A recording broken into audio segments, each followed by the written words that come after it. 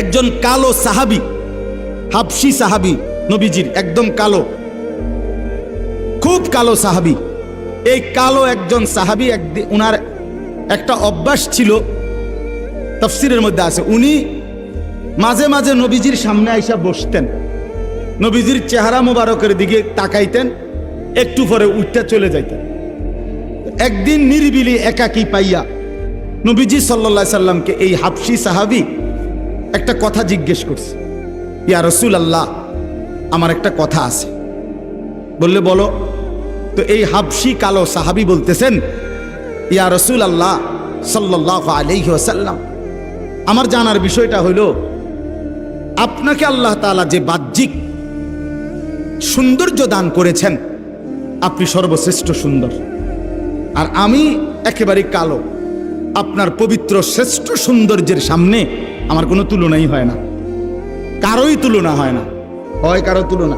নবী সাল্লাল্লাহু আলাইহি সাল্লাম, তার সৌন্দর্য কারোর সাথেই তুলনা হয় না, তিনি সমস্ত সৌন্দর্যের মধ্যে সর্বশ্রেষ্ঠ সুন্দর।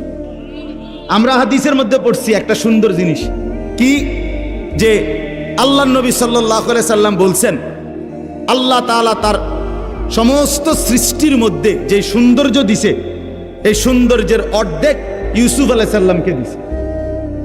কাকে?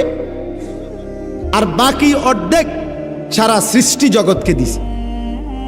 এই হলো অর্ধেক অর্ধেক। তাহলে এখন অর্ধেক সৌন্দর্য পাইল ইউসুফ নবী, বাকি অর্ধেক পাইল আল্লাহর এই সমস্ত মাখলুকাত। তো নবীজির সৌন্দর্য ওনারটা কই?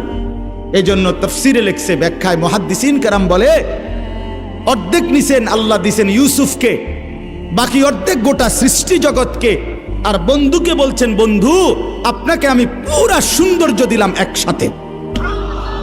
তু তনহা দান, ১৬ লক্ষ নবীর যত বৈশিষ্ট্য, সৌন্দর্য, সিফাত, আপনি বন্ধু একাই শব্দ। তু তনহা দান, আপনি একাই। এজন্য নবী সাল্লাল্লাহু আলাইহি সাল্লাম আল্লাহর গোটা মাখলুকের যত সৌন্দর্য, একা মুহাম্মদ সাল্লাল্লাহু আলাইহি সাল্লাম তার চাইতে বেশি সুন্দর।